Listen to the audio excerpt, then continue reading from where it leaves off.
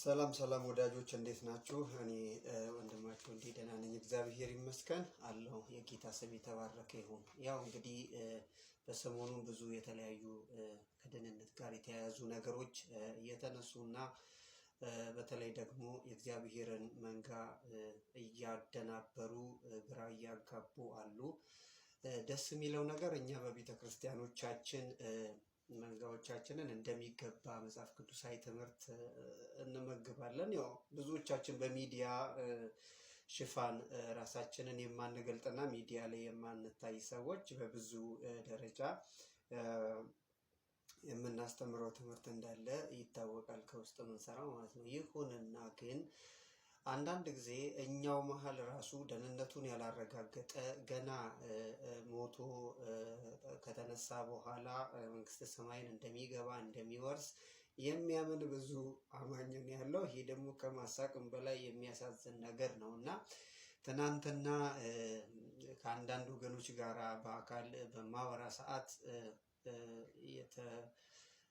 ነሳ ጉዳይ አለ። ይሄም ጉዳይ ምንድነው? በደህንነት ጉዳይ ላይ እንዴ አሁን ድነናል እንዴ?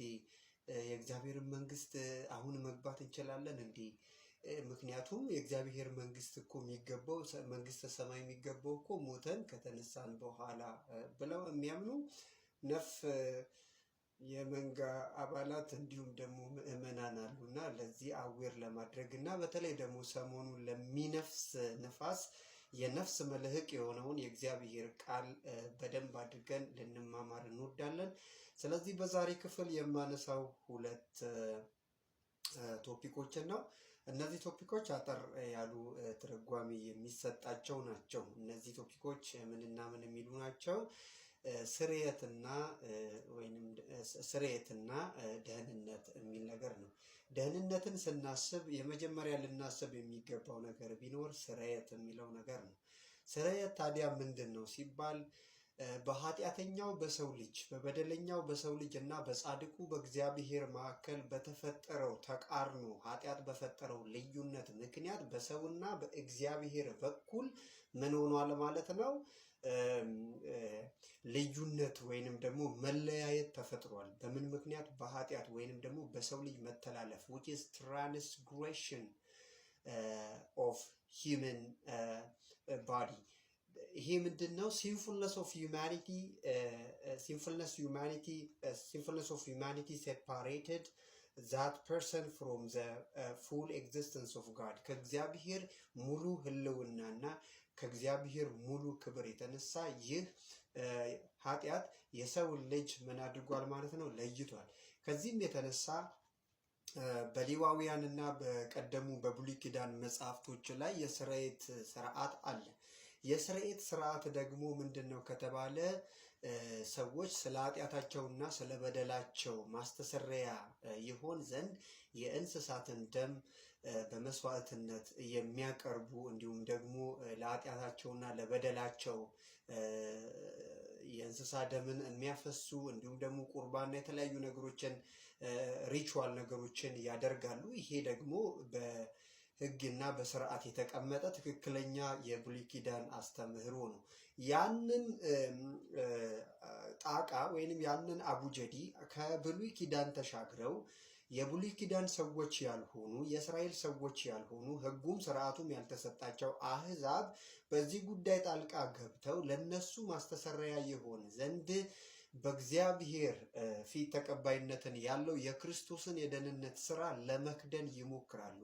they need to suppress the truth. This truth, if they suppress the truth, how could we get the salvation?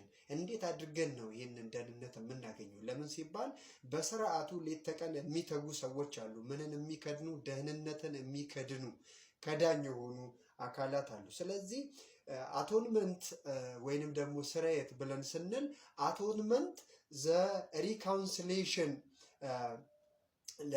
ለመታረቂያነት ከእግዚአብሔር ጋር ለመታረቂያነት እርቅን ለመፈጸም የሚደረግ ስርዓት ነው። ይሄ ሪካውንስሌሽናል የሆነ ዲቫይስ ነው which mean ነገር ነው።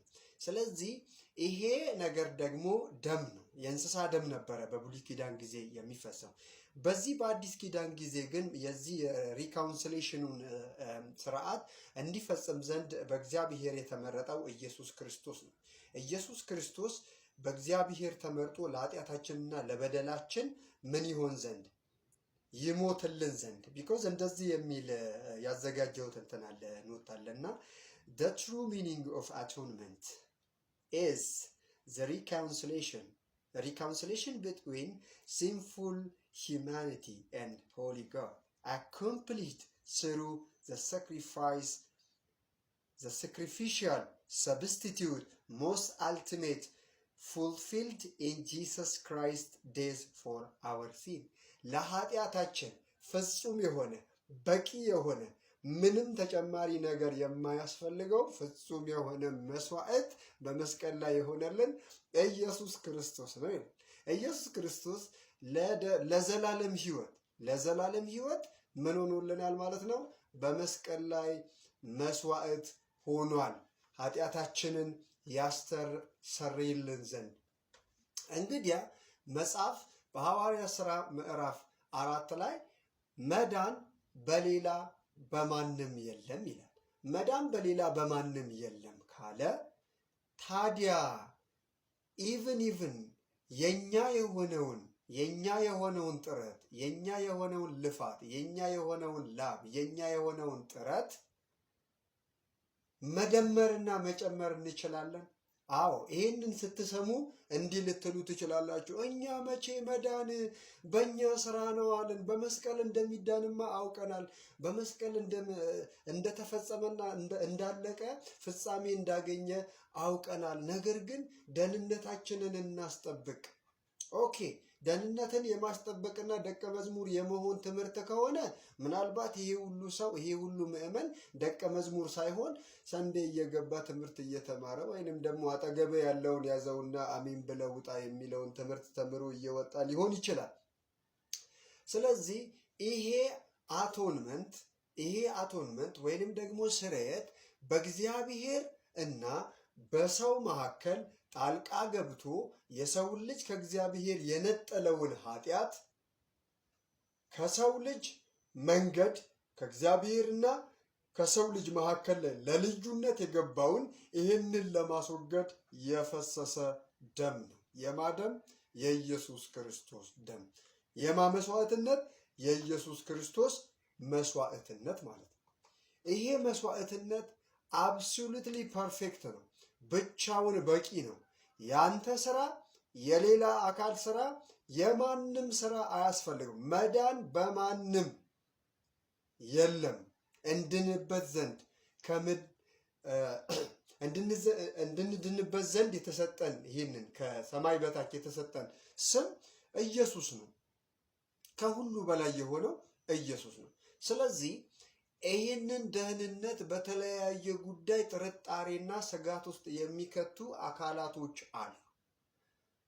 ከነዚህ አካላት እንድትጠነቀቁ ለማስቻል ይሄ ደህንነት ደግሞ በክርስቶስ ኢየሱስ የመስቀል ላይ ሥራ ያገኘነው የዘላለም ሕይወት ነው። እርሱ ስለኛ ምን ሆኗል? ሞቷል። እርሱ ስለኛ ከሞተ እኛም ደግሞ በዛ በእርሱ ሕይወት እንዲኖረን ዘንድ ጸጋው በእርሱ በኩል ተገልጧል። ጸጋው በእርሱ በኩል ከተገለጠ እኛ ታዲያ የጸጋውን ልዕልና የምናሳንስ ሰዎች ምን ለማለት ነው?